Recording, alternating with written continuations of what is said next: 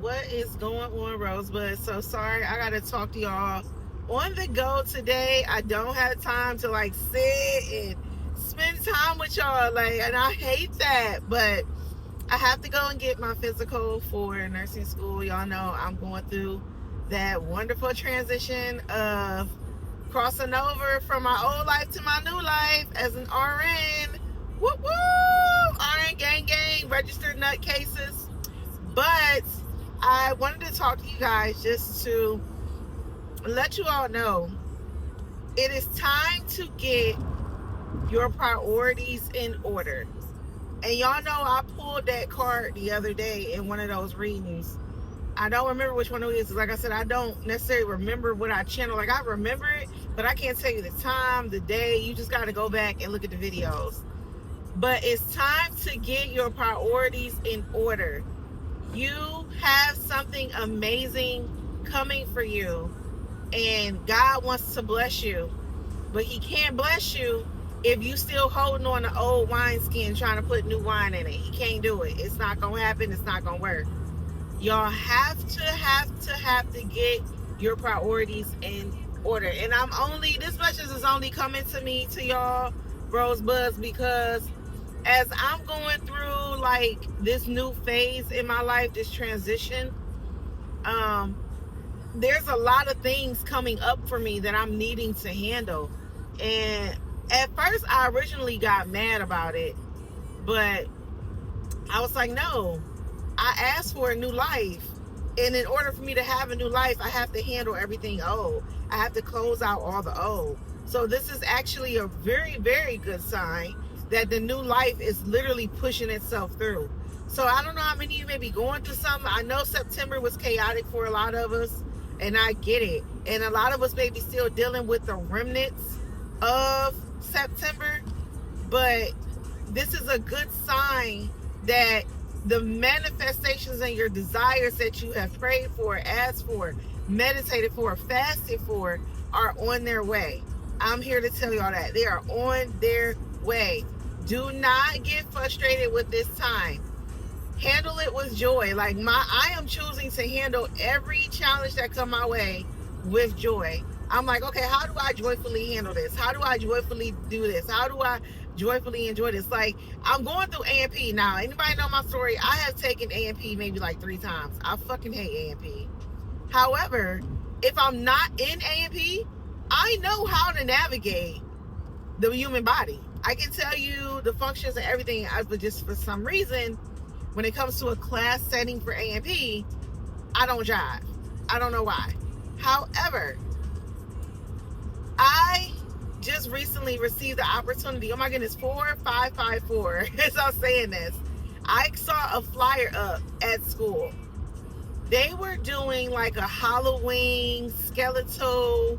I don't want to call it a skeletal scavenger hunt, but that's what it felt like I was going to. But they had you lay down on a big white piece of paper. They outlined your body, and you had to find your bones on your body. And it was so fun. And when I tell you, I was so happy I went to that, because it helped me pass my quiz. But let me tell you how God works.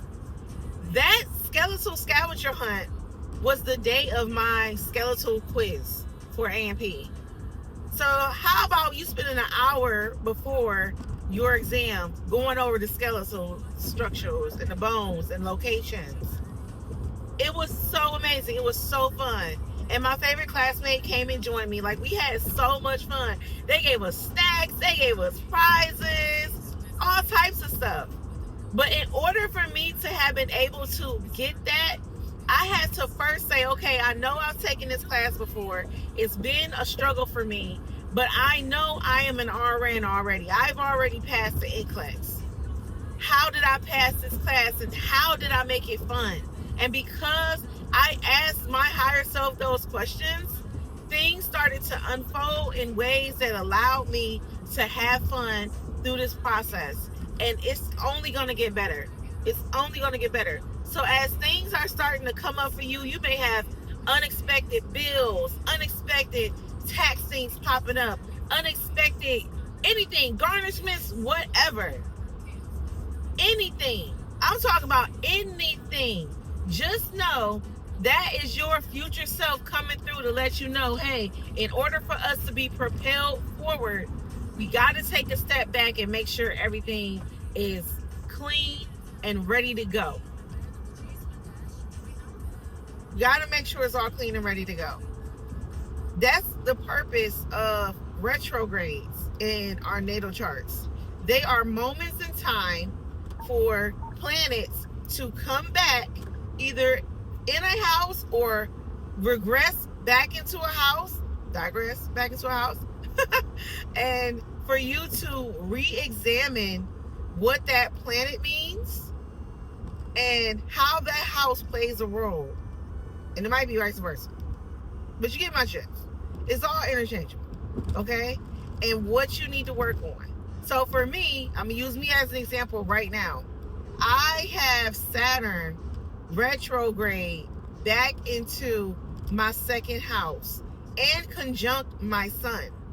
So not only am I getting a reevaluation of my finances happening right now, to where as I move forward, I will have a better understanding of how to handle my finances. I will also have a clean slate as well, because Saturn went into Aries and then retrograded back into Pisces.